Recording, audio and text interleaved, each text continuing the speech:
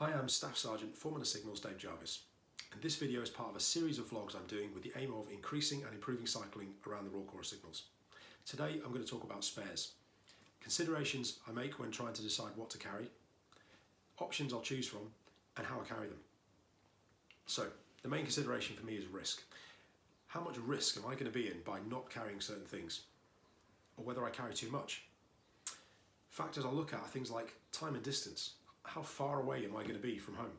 How long am I expected to be out on the bike? The bigger the distance, the more I'm obviously going to carry. The closer I am to home, the less I'll carry. If I'm within reasonable distance from people who can come out and help me if I need assistance, and I can call them, again, I might not carry as much. If I factored in potential stopping points at coffee shops or cycling shops, again, I might not carry as much because I can do replens en route. The weather. Do I need to consider waterproofing, or is it going to be a lovely sunny day? Examples of significant differences, how I applied these considerations, are last year I did the 100k a day challenge in Blandford Garrison. So doing loops of the garrison meant I was never more than 2 or 3 kilometres away from the accommodation. So I didn't carry any spares. I could just walk back and deal with the problem in the comfort of my own room and get a brew while I'm doing it. Win-win. In contrast to that, the year before, in 2019, I took Exercise Mercury Racer, the Royal Signals road cycling training camp aimed at teaching people how to ride in a group. One of the days we did an endurance cycle ride, which included a 75-mile ride out to the New Forest and back from Blandford Garrison. Obviously a bit too far to walk in that instance, so I obviously carried quite a lot of spares.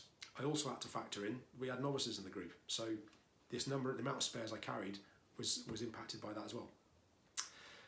So what are you doing? Why are you doing it? How far away are you going to be? How long are you expecting to be on the bike? Are the main ones I would consider before you go out. You also need to consider how quickly you want access to this stuff. Are you doing a longer ride, in which case you're probably going to want a quick access to nutrition, so you'll want to keep your pockets on your jersey free for your energy bars and camera and things of that nature, things that you want to use regularly. Your tools and stuff like that would go in a saddlebag or something mounted to the bike.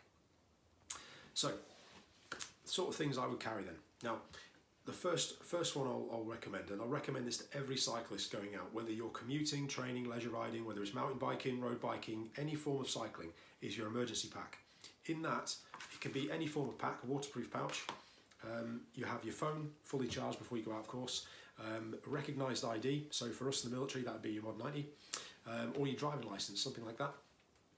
You'd have an emergency contact card. It's got to have your name and number on it as well, in case you lose your pouch, but also an emergency contact so people know who to call should something happen to you.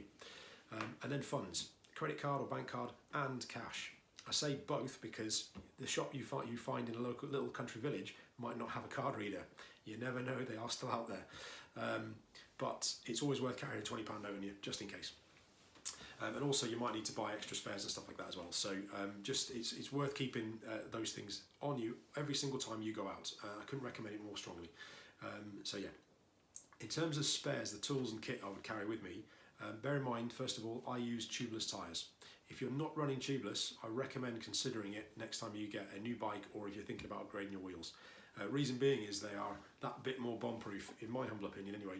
They're a bit more bomb-proof compared to normal tyres which run inner tubes in them. Little punctures, bits of flint and stuff like that on the road, you won't need to stop for, because there's sealant inside the tyres that essentially will plug the holes essentially. But if you do have a more serious puncture and needs to be stopped and dealt with, these are the sorts of spares I will carry to deal with it. This unique obviously to tubeless tyres, a spare bottle of fluid, enough to fill the tyre. High volume air pump, hand pump, sorry. If you buy one of these, check in the description that it is for high volume delivery, because if you buy a cheap one and it doesn't allow you to push high volumes of air easily, you're going to be pumping on the way on the side of the road for a long time and expelling more energy than you really need to, which you could be saving for the hills. Valve removal tool, speaking properly. Small, easy to forget, don't forget it, very definitely needed. Multi-tool, bike-specific multi-tool. You'll need 2 tyre levers, always carry 2. and you'll also want something to plug the hole with. Now there's a range of different options out there, but the one I use essentially is the hand plug pull tool itself, and the plugs are basically, you've got what looks like a sticky rubber, like the sticky rubber with what looks like a brass arrowhead on it. Essentially you put the arrowhead in there.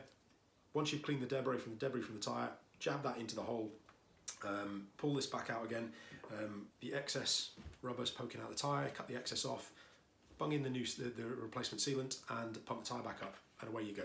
A repair like that, you'll get at least another 1,000 kilometres out of that tyre easily. I've tested this and I can definitely vouch for it. It absolutely works. But some of them are key bits for a tubeless tyre, some of it's universal for anyone. So things like the tyre lever, multi-tool, hand pump, things like that are everybody. If you're running tubes, obviously you want a spare inner tube. If I'm going longer rides, I'll carry 2 or 3, depending on how far I'm going, but I'll also carry 1 if I'm doing a longer ride on my tubeless tyres as well, because if you have a serious puncture, i.e. a sidewall puncture for example, or a particularly large hole, there's no amount of sealant going to fix it, so you need one of these just in case. In addition to that then, you'll want something to protect the new inner tube from the hole that caused the original puncture.